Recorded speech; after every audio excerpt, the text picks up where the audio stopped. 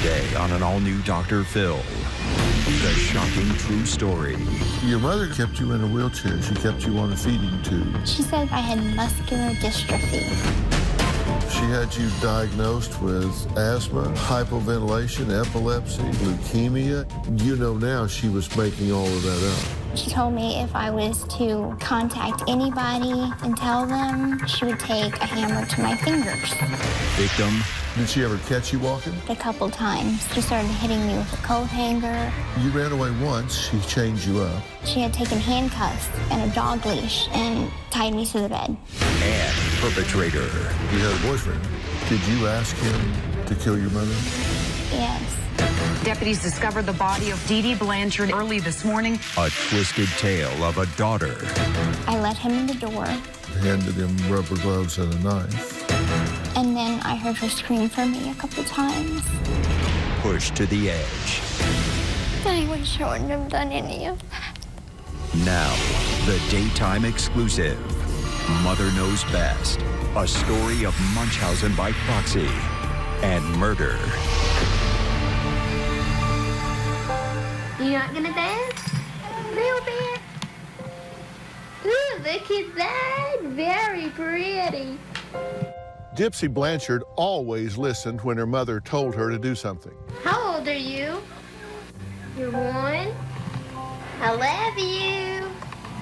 Gypsy lived her life by the phrase, Mother Knows Best. Gypsy was born perfectly healthy. Everything seemed fine. About 3 months old, Dee Dee told me that she started having seizures and sleep apnea. Where's Fifi? Don't know, huh? Dee Dee told me that Gypsy had problems with her salivary glands. One of her seizures made her paralyzed from mid-thigh down. Dee Dee said she wasn't gonna live to be 20 years old. When people would ask me, oh, what Gypsy has wrong with her, I'm like, there was so much. The list is shorter of what she doesn't have. Gypsy was wheelchair-bound and suffered from muscular dystrophy and leukemia. Neighbors say the two were inseparable, and they were very friendly to those who lived in the neighborhood. Sweet, loving, caring, just full of life. Hurricane Katrina played a big part in their lives. Their house was devastated. They got relocated to Missouri. At that point, she's telling me she's got cancer. She's shaving her head. So that was pretty elaborate to go from chromosome disorder now she's got cancer. Gypsy and Dee Dee Blanchard, a mother-daughter team who came to Springfield as self-described Hurricane Katrina evacuees, with a story of suffering that brought an outpouring of support. When they moved into their home here, it was built by Habitat for Humanity. Hundreds of volunteers worked on the home. It was built with special wheelchair modifications for her daughter. It just proves that happy endings are not just in fairy tales, they're real. Things are not always as they appear. Breaking this morning, authorities are investigating a homicide just north of Springfield. Deputies discovered the body of 48-year-old Dee Dee Blanchard inside a home early this morning. When police found Dee Dee Blanchard violently stabbed to death, they discovered her young special needs daughter was missing, and only her wheelchair was left behind. No one in the neighborhood could comprehend how anyone would want to harm Dee Dee Blanchard and her handicapped daughter, Gypsy. Authorities are still looking for Dee Dee's 19-year-old daughter, Gypsy. What horrors could be happening to the sweet little girl who had already suffered her whole life, battling a laundry list of ailments like leukemia and paralysis. Everyone feared the worst for innocent Gypsy Rose. Friends of 48-year-old Dee Dee Blanchard and her daughter Gypsy called police after authorities say 2 disturbing messages were left on Dee Dee's Facebook page. The victim's Facebook page, which she shared with her daughter, had a post stating, "The bee is dead." A missing 19-year-old has been found safe in another state. They found Gypsy in Wisconsin. She is okay. We do have another person of interest in custody. Police soon discovered a shocking web of deceit, and that deceit led to murder. Gypsy Rose Blanchard and her boyfriend, Nicholas Godijon, are both charged with premeditated murder. I didn't get a call from the police department about it or anything. We saw it on the local news. Courtroom this morning. They got her in handcuffs. I'm like, she's walking, wow. At 5 foot 99 pounds, Gypsy Blanchard pleaded not guilty to killing her mother, Dee Dee. It didn't take long for me to realize that if she can walk, what else has been a lie all these years? Tonight, police are investigating a bizarre murder that had many people in Missouri fooled. What you see behind me is the photo right here of a girl who supposedly has disabilities, along with her mother, and now next to it, what she looks like in her prison uniform without the glasses and getup. Her mom had to have been making her fake her illness all her life. Dee Dee Blanchard suffered from what most people refer to as severe Munchausen syndrome by proxy, also known as factitious disorder imposed on another, and kept Gypsy a prisoner her whole life by convincing her that she was victimized by a series of debilitating diseases. All she wanted was to be free. I think Gypsy had her mom killed so she could finally live the life that she wanted. She just had enough and snapped. This is a tragic event surrounded by mystery and public deception. Today, Gypsy is here in the Chillicothe Correctional Center in a very different kind of prison. Dr. Phil. Nice to meet you. Good to meet you. Let's just start with kind of where you are now. You're in prison because you took a plea deal, correct? Correct. You pled to what? 10 years incarceration for second-degree murder. How do you plead to the Class A felony of murder in the second degree? Guilty. Should you be in this prison? To be honest, I have complicated feelings about that. I believe firmly that no matter what, murder is not okay. But at the same time, I don't believe I deserve as many years as I got. But your mother is dead. She is, yes. And she was murdered. Yes, sir. And you were involved. I was. And but for you initiating this sequence of events, she would still be alive. Yes, sir. So in that sense, you are responsible for her death. Yes, sir. What would be a just punishment? I'm not really certain on that. I do believe that I do deserve to spend some time in prison for that crime, but also I understand why it happened, and I don't believe that I'm in the right place to get the help that I need. Are you glad your mother's dead? No, sir. I'm glad that I'm out of that situation, but I am not happy she's dead. Why did you want your mother dead at the time? At the time, I knew that I was being abused, but I didn't know exactly what kind of abuse it was. I just knew that I wasn't allowed to do a lot of things, and my mother was the reason. She would force me to be in a wheelchair and force me to go to doctor's appointments that I didn't need, and I just wanted that life to stop. So ultimately, I never wanted her dead. I just wanted that life to stop, that life to be dead, the life I was living. Right. Well, let's talk about that. What's the earliest thing you remember in your childhood? I think my first memory would be in the hospital. And I remember having a surgery done to my eyes, where they had to put a patch over my eyes. And how old would you have been, you think? Probably like 3 or 4. Do you remember going to school? I've never been to school. Never got to go to kindergarten, pre-K? No, sir. Do you remember playing in the backyard with other children? I played when I was younger with my cousins. As I got older, I wasn't allowed to have any more friends. Did you want to go play? I did. I asked Mom if I could go play outside, make a friend, and she'd be like, it's too dangerous. You have to stay in here. Go play with your Barbie dolls. And so my stuffed animals became my friends. I don't think calling Gypsy's life sheltered would do it justice. Her mother controlled almost every aspect of her life. The control was total in the same sense that the control of a kidnapped victim sometimes is total. Her daughter was in essence a hostage. There's a point at which you got put in a wheelchair. And you were 7 years old, correct? Yes, sir. Why did she tell you you were going in the wheelchair? I did get into a motorcycle accident with my grandfather, and it skinned my knee. And she took me to the hospital and then told me that the doctor gave her a wheelchair and I have to be in a wheelchair now. Forever? Forever. She had me use a walker before the wheelchair. And then after that motorcycle accident, put in the wheelchair. Why did she tell you you had to be on a walker? She said that I had muscular dystrophy. But did you feel any different the day before you got the walker than the day you did have the walker? No, sir. You were able to run around? Pretty much, yes. And would you forget to get it and run into the kitchen? There would be times that I'd forget to grab it and then go to walk.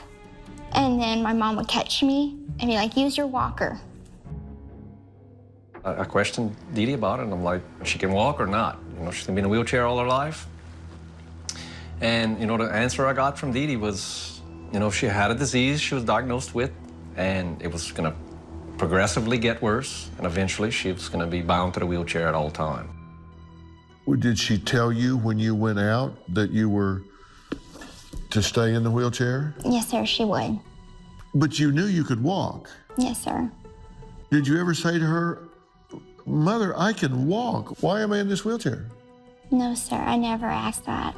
When she wasn't around, did you get up and walk secretly? I did, yes, sir. Did she ever catch you walking? She did a couple times. And what did she say or do? She got so upset with me, she would punish me so bad. Like, she started hitting me with a coat hanger and telling me all kinds of mean things. She would tell me that she wished she had an abortion when she had the chance, that I ruined her life, that I have no idea how hard it is to keep up everything she built. Did you understand that you being sick was necessary to keep up what she built? Because you got a house from Habitat for Humanity, you got donations, you got different things from people for being sick. Mm-hmm. So that was a source of income for her, right? It was, yes. And I had no idea that I was a part of that. You didn't know that you were a cash cow? No. Dee Dee got a house from Habitat for Humanity. They would have free trips here and there, free flights. She was getting some money from a couple celebrities. Their life was full of free stuff, I guess, fun stuff. The Blanchard scammed many different charities and lied to many different charities across the U.S., including churches and support groups. Dee Dee Blanchard was exaggerating her daughter's medical condition for financial gain. You were diagnosed with epilepsy about this time as well, right? Yes, sir. And so they started giving you Tegretol, Mm-hmm. and it caused your teeth to crumble. Yes, sir. Did you know what was happening at the time? No, I really didn't. I just didn't understand why my teeth were falling out. I had to have them extracted. I just knew I was losing teeth. But you know now you didn't have epilepsy. I know now. You know now you didn't need to be in that wheelchair. Mm-hmm. You know now she was making all of that up. After you went in the wheelchair, you had a feeding tube inserted. Yes, sir. Did she tell you why? My mother told the doctors that I couldn't eat, so they put a permanent feeding tube in. Looking back, are you suspect as to what she might have been putting in that tube? Could she have been poisoning you in some way to keep you sickly? We now return to Mother Knows Best, a Dr. Phil daytime exclusive.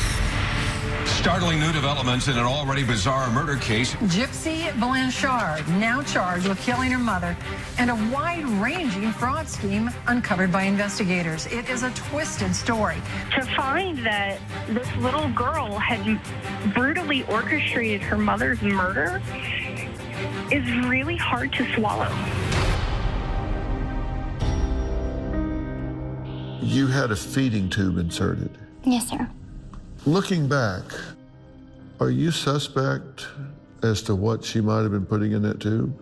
It does pique my curiosity because I don't know all the names of the medications that I was on. Could she have been poisoning you in some way to keep you sickly? Could she have been over-medicating you to keep you weak? It's a possibility. When you went to see doctors, did she tell you what to say? Did she tell you what not to say? She told me that I couldn't speak during a doctor's appointment, that it would just solely be her. She would tell me, you know, sit in the wheelchair, play with your Barbie dolls, and let me talk and don't interrupt. And this continued on even into my 20s. My mother told the doctors that I was mentally incompetent. Therefore, they thought, you know, she won't know what she's talking about. She's got the mind of like a child.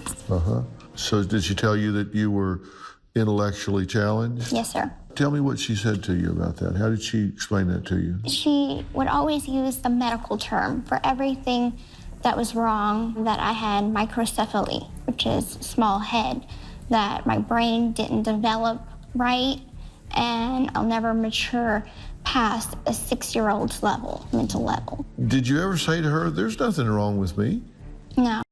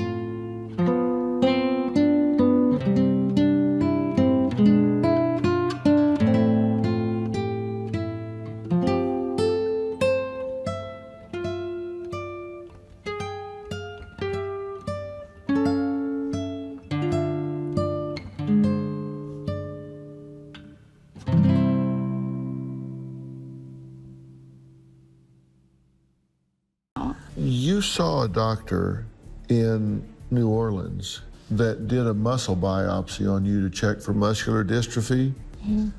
Now, a muscle biopsy for muscular dystrophy is a very painful procedure. I still have the scar. Yeah, they strip muscle from your thigh, right? Mm-hmm. Did you ever know what the results were? No, sir. What do you know now about that? It came back normal. And she knew that? I think that she did know that. If a doctor wouldn't give her the results that she wanted or say what she wanted them to say, she would switch to a different doctor. Gypsy has essentially fallen through every crack there is in the system. Literally everyone failed her, literally. The doctors were positioned as there to help her. Didn't help her. You wound up seeing a Dr. Bernardo Flasterstein. A lot comes tumbling down at this point, right? Because he has you stand up, right? Mm-hmm. Where was your mother at this point? She was inside the room. With you? With me. He kind of held my hands, and I put some weight on my legs.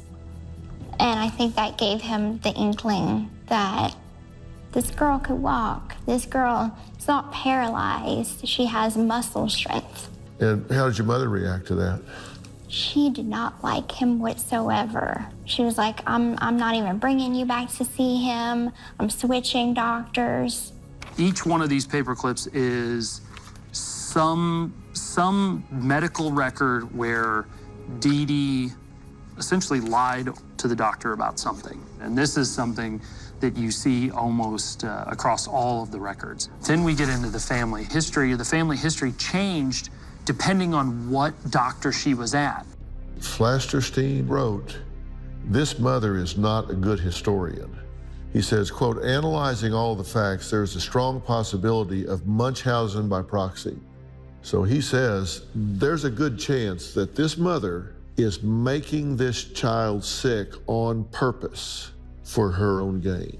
He wrote that down. He talked to another doctor you had seen before who said, I found nothing wrong with her. He writes down, Munchausen by proxy. This mother is not to be trusted. What happened from that? Nothing ever came of it. It didn't stop. Nobody said anything. Nothing was done. When did you figure this out?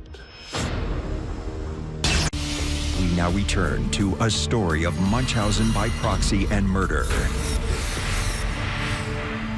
Munchausen syndrome by proxy, also known as factitious disorder imposed on another, is considered a mental illness where a person acts as if an individual in their care has a physical or mental illness when the person is not really sick. People with this disorder have an inner need for the person, often their child, to be seen as ill and are sometimes even willing to put the child through painful or risky tests and operations to get sympathy and special attention for themselves.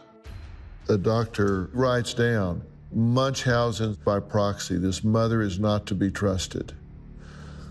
What happened from that? We switched doctors, and nothing ever came of it. It didn't stop. Nobody said anything. Nothing was done. When did you figure this out? I started having an inkling when I turned 19, and I had made a friend, Aaliyah. She was our next door neighbor, and I started wondering, why can't I be like Aaliyah? Why can't I have friends? Why can't I go to the mall with friends? Why can't I go outside and meet people? Because I would look at her life, and her life was so different from mine, so it made me question my life. Did you ever tell her secretly to the side, I'm in this wheelchair, but I can walk? I wanted to, I really did, because I looked at her like a sister, but I just didn't trust her that much. I thought maybe she'd tell my mom, and that would get me in more trouble. Did you ever tell your dad? No, my mother would tell me such awful things about my father. My parents are divorced. My mother would tell me he abandoned us. He doesn't want anything to do with you. He's happy with his new family now. He doesn't love you. So I thought, why bother going to him when he won't care? They started moving further and further away, and the visits became more scarce. You know, I'd call and say, you know, where's Gypsy? When I talk to her and say, well, she's taking a nap.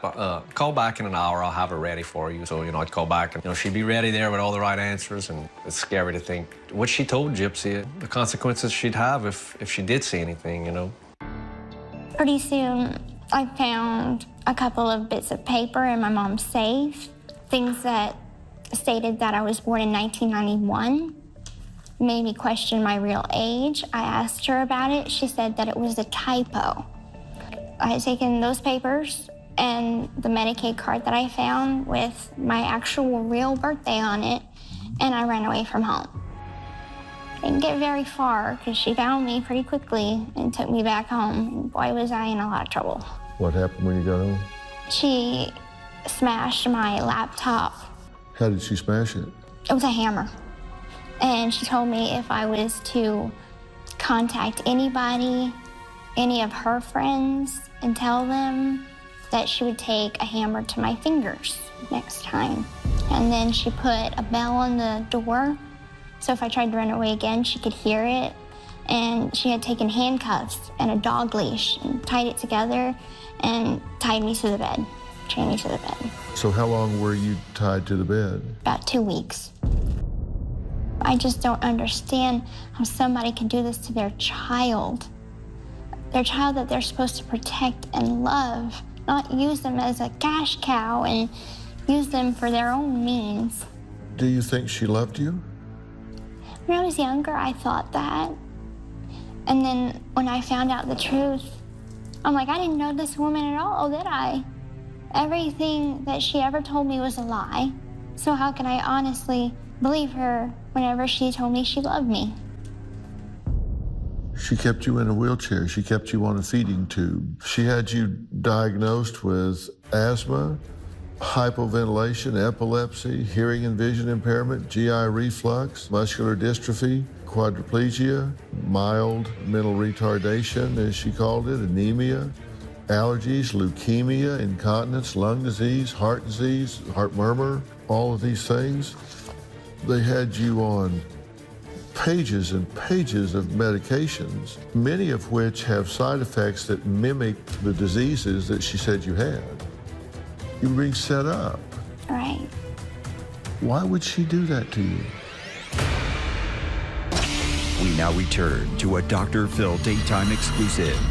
Mother Knows Best. They had you on pages and pages of medications, many of which have side effects that mimic the diseases that your mother said you had. You were being set up. Right. Why would she do that to you? I don't know. We had some books we found in the house, Leukemia for Dummies and, different books like that. So she did her research. She knew the terminology. She knew how to make Gypsy appear to have certain symptoms by giving her certain medications, She was pretty slick. What does that cause you to feel when you realize how viciously exploitive this woman was with you? When I first found out, I was so angry and hurt. And it's like, I trusted her so much to do everything that she told me to do, be her good little girl like she wanted me to be. And every time I'd mess up, I'd always ever say, next time I'll do better, next time I'll do better. Don't get angry with me.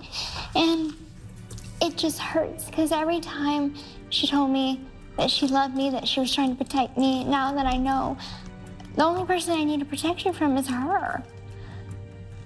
And I want to know what was so wrong that I did to her for her to do that to me, because I don't understand. You ran away once, she chained you up, but then you start talking to somebody online. You go on a dating site. I made an online dating profile on a Christian dating website because I started to have feelings of wanting a boyfriend, and that was something that was never allowed. Never allowed. And at the time you got on there, was your head shaved at that point? It was, yes, sir. Because you had been told you had leukemia, right? Yes, sir. And she said, let's shave your head because it's going to fall out. We'll at least keep it even. Yes, sir. But you now know she wanted you to look like a cancer patient. Yes, sir. But you go on the dating site and you've got a shaved head. I wore wigs. You put wigs on. You were kind of big into costumes a lot, right? I was, yes. You would wear wigs and costumes just kind of a fantasy type thing? Yes, sir. Entertain yourself? Entertain myself. How old are you here? 21. You're 21 here. And what was the occasion for this picture? We would go to a sci-fi fantasy convention, We being your mother and you. Okay, in your wheelchair. In my wheelchair, yes. And how about this picture? That was at Disney World. And who are you in this picture? Cinderella. Does that seem odd now? It does seem odd.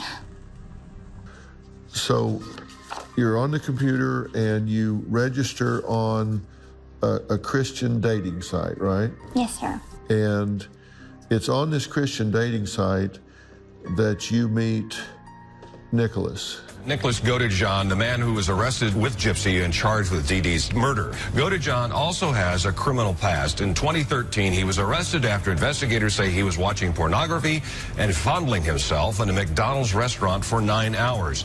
Police charged him with carrying a concealed weapon. And you guys communicate for about a year? Our relationship was about almost 3 years. How much of it was just talking back and forth on the computer? 99% of it. What did he say when you said, I'm in a wheelchair, but I can walk? He said that he knew already. He said that he was psychic and that he had these premonitions that I could walk. And what did you think about that? It was more of the tamer things that he used to talk about. He also thought that he was a 500-year-old vampire named Victor. A 500-year-old vampire named Victor. What did you think about that? We now return to Mother Knows Best, a Dr. Phil daytime exclusive. On this Christian dating site, you meet Nicholas. He said that he was psychic and that he had these premonitions. He thought that he was a 500-year-old vampire named Victor. A 500-year-old vampire named Victor. What'd you think about that? I was like, oh, okay. I played along, I guess. You didn't believe it, or did you? I think a part of me did believe it at the time. You did believe he was a 500-year-old vampire named Victor living in Wisconsin. What else did he talk about that was less tame than that he was a psychic? That he had multiple personalities. Victor was only one of them. He had other personalities that were much more violent and scary that such as he called him the Black One. And he would just talk in this horrible, scary voice, and he would talk about how he wanted to kill me and how he wanted to rape me. He said, I will kill you so bad that they will never find your body. But you wanted to meet him. I did. I was in love with or thought I was in love with the good side of him. I was very, very naive back then. I never had a boyfriend. I didn't know a good relationship from a bad one. All I ever knew of love was what my mother showed me. There was pretty sexual content to your going back and forth on the internet, right? Yes, sir. He was erotic role-playing and BDSM.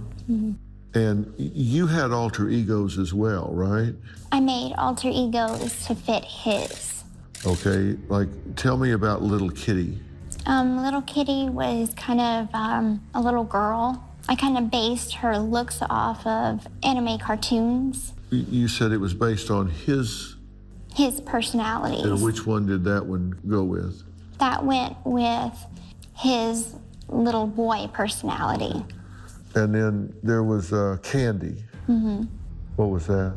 Candy was more of the vixen, more risque. And that went with what? That went with his, that personality that's more sexual. And what about Ruby? Ruby was for Victor. Ruby was for the vampire. So Ruby was evil. Ruby was a werewolf, and she was the evil one. Okay. So that goes on for quite some time, right? When did you meet him for real? In March of 2015. And where was that? at a movie theater. We went to see the new version of Cinderella. Right. And my mother and I was going to see the movie. So I had asked him, why don't you come and meet me finally? We can meet at the movie. And so he took a Greyhound bus to Springfield, Missouri. From Wisconsin. Were you excited? I was very excited to meet this person that, you know, I've been talking to for so long. Do you go in a costume? I did. Did people look at you? They just thought it was like a little girl wanting to dress up for a Disney princess movie. And how was he dressed? I had bought him some nice clothes to wear and sent it to him. I just wanted him to look nice, so hopefully he can impress my mother. She didn't know he had come down from Wisconsin? No. She just thought some guy you bumped into at the movie? Right. So, were you alone with him at the movie? No, my mother was sitting right next to us. And then my mother got increasingly angry because I was paying more attention to him than I was to her. Okay. Was this picture taken at the movie? Yes. Okay. Did you have sexual relations with him at the movie? Yes, sir. Where was your mother? She was in the auditorium. We had went to the bathroom, in the men's bathroom. I wheeled myself to the bathroom and he followed while my mother was still in the auditorium. And she knew he was following? Yes. She thought that he was going to get popcorn. Yeah, you were going to go to the bathroom and he was going to get popcorn. Mm-hmm. But you both went into the men's bathroom. Mm-hmm. And where did you go once you got in there? The handicap stall. And what happened then? We had sex. So you have sex in the handicap stall in the men's bathroom at the Cinderella movie, Mm-hmm. and then you get back in your chair and motor back out to the auditorium, and she knew none the better. You know, here she is, she's 24 years old. She's growing up. I mean, you can't deny adolescence. She really loved the guy. She wanted to have a family. She wanted to be married. People do a lot of things for love. Now, it's after this meeting at the movies. Did you ask him to kill your mother? Mother Knows Best. A Dr. Phil daytime exclusive continues. Investigators say the awful Facebook posts that tipped off friends that something was wrong were actually authored by Gypsy herself. She told investigators she knew her boyfriend, Nicholas Gojon, was going to kill her mother, and she did nothing to stop it. After this meeting at the movies, did you ask him to kill your mother? Yes. We had thought of different ideas. We called it Plan B. I was getting desperate, and we bounced around that idea. But did you ask him, quote, will you kill my mother for me? I probably did, yes, sir. Now, you had some text exchanges that seemed to me that this Plan B was pretty much a collaborative process.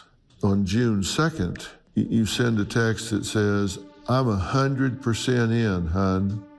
I'm ready, truly. He says, why you say that, baby? You say, because I've finally allowed myself to accept you're my everything. I will go with you and live our dream. So then on the 9th, you say, hun, does he require just the gloves and knife? When you're saying he to Nick, you're referring to his alter ego, Victor, right? Yes, sir. And Nick says, hun, that side of me expects duct tape too, to muffle her. You say, okay, baby, we have that. I'll pre-cut it. At 7:25, Nick says, dear, I should ask you this before he has to. Is your mom a light or deep sleeper? You say, light, hun. Okay, dear. Now he's excited. The gonna go down tonight, Ruby said. That's your alter ego, your evil side. And he says, well, how does Ruby feel about it? She keeps me numb in order to cope and survive. We now fast forward to that night, 8:36 p.m. You text, I left the gloves outside the front door and the screen door is squeaky, so try to open it just enough to get in and close it gentle. I'll hand him the knife and the duct tape inside, darling. It's pre-cut and ready. At any point during this time, did you look at this and say, this is beyond weird here? I'm talking to a guy that's talking about himself in the third person. The third person's a 500-year-old vampire, and he's glad that my mother's a light sleeper, so she'll be awake when he's hacking her to death. I mean, even though at the time you felt like you wanted her dead, did you think this is beyond strange? I want to remind you, this is Gypsy's story, and the allegations she makes against her former boyfriend, Nicholas Godejohn, cannot be confirmed. Godejohn is charged with first-degree murder and has pleaded not guilty. He has not been convicted of any crime. At any point during this time, did you look at this and say, this is beyond strange? To be honest, I didn't think it was real because we had been talking about it for so long that I became numb to the idea, like, oh, okay, we're just having another conversation about it. We're not actually taking the steps to planning this, and this is going to happen. I'll hand him the knife and the duct tape inside, darling. It's pre-cut and ready. At that point, you knew this was happening, right? I just went through the motions. It didn't sink in until it was actually happening. He says, baby, there's no other option. He's going to finish her no matter what. That is how he is. And you say, okay, darling, he is brave. I respect and admire that smiley face. But after we comfort each other, after we do that, sweetheart, I'll hold you like the baby girl of mine that you are. Tell me in your own words what happened that night. Tomorrow on an all-new Dr. Phil, did she plot to murder her mother? You were tortured as a child. You think this was your only exit? I thought it was. Her boyfriend accused. I asked him to kill my mother, but I didn't hold a gun to his head. The prison interview. The night of the murder, your mother was screaming your name for help. I put my hands over my ears. Then it all went quiet. What happened? And this is less than 24 hours after your mother is stabbed to death. The shocking home video. A daytime exclusive. I wish I wouldn't have done any of that. You do not want to miss tomorrow. You're going to see what became the perfect storm of naivete, perversion, and distortion of the truth that led to tragic death. I want to thank HBO for use of their footage from the HBO documentary film Mommy, Dead, and Dearest, which can be seen on HBO Now and HBO Go.